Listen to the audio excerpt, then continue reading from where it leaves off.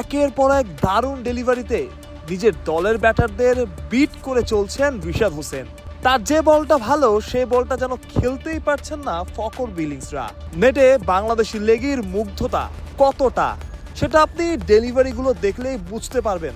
আরও বুঝতে পারবেন সময়ের সাথে রিশাদ নিজের বোলিংয়ে কতটা উন্নতি করেছেন। চারটিখানি কথা না, কিন্তু এক সময় যাকে বলা হতো ব্যাটার মাঝে মধ্যে লেগ স্পিন করতে পারেন, সেই রিশাদই সময়ের চাহিদা মেনে নিজেকে লেগ স্পিনার হিসেবে তৈরি করেছেন।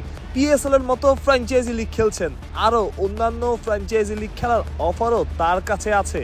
অর্থাৎ বোঝাই যাচ্ছে দুনিয়া জোড়া ফ্র্যাঞ্চাইজি ক্রিকেটের হটকেকে পরিণত হয়েছেন রিশাদ।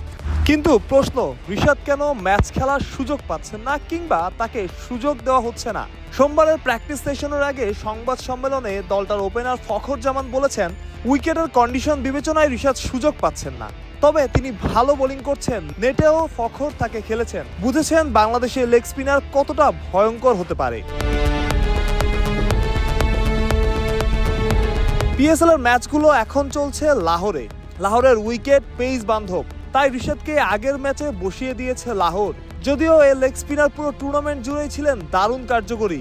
অনুশীলন থেকে মাঠ সব জায়গাতেই তার লেগ স্পিন ছড়িয়েছে মুগ্ধতা। তবে লাহোরে তার খেলার সম্ভাবনা কম। ওই যে বলা উইকেটের কন্ডিশন, আর দলটা চাচ্ছে অতিরিক্ত একজন ব্যাটার খেলাতে, তাই রিশাদকে আপাতত বিবেচনা করা হচ্ছে না।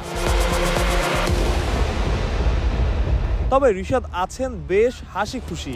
বলা যায় কালান্দার্স পরিবারে বেশ মানিয়ে নিয়েছেন রিশাদ হোসেন। সেটা হয়তো তার পারফরমেন্সের কারণেই, কারণ পারফরমেন্সই তো রিশাদকে আলাদা করেছে, বেশি বেশি ম্যাচ খেলার সুযোগ করে দিয়েছে, এনেছে অন্যান্য ক্রিকেটারদের নজরে। পিএসএল এ আর কটা ম্যাচ রিশাদ খেলার সুযোগ পাবেন সেটা বলা মুশকিল। তবে দলের মধ্যে তার বেশ সুনাম। সতীর্থ টিম ম্যানেজমেন্টের সবাই তাকে ডাকে ধার্মিক বলে, অর্থাৎ রিশাদের ধর্মের প্রতি আনুগত্যের গল্পটাও সতীর্থ টিম ম্যানেজমেন্টের কাছে অজানা থাকেনি। যেমনটা বলা হচ্ছিল, রিশাদ আর কম ম্যাচ খেলবেন বলা কঠিন, তবে পিএসএল থেকে যে অভিজ্ঞতা নিয়ে ফিরবেন রিশাদ, তা কাজে লাগবে ভবিষ্যতে, সেটা বলাই যায়। আইপিএল এর পরে সবচাইতে বড় টুর্নামেন্ট, কে জানে রিশাদকে কখনো দেখা যেতে পারে আইপিএলেও। মাহরুষ প্রত্যয়, বিডি ক্রিক টাইম।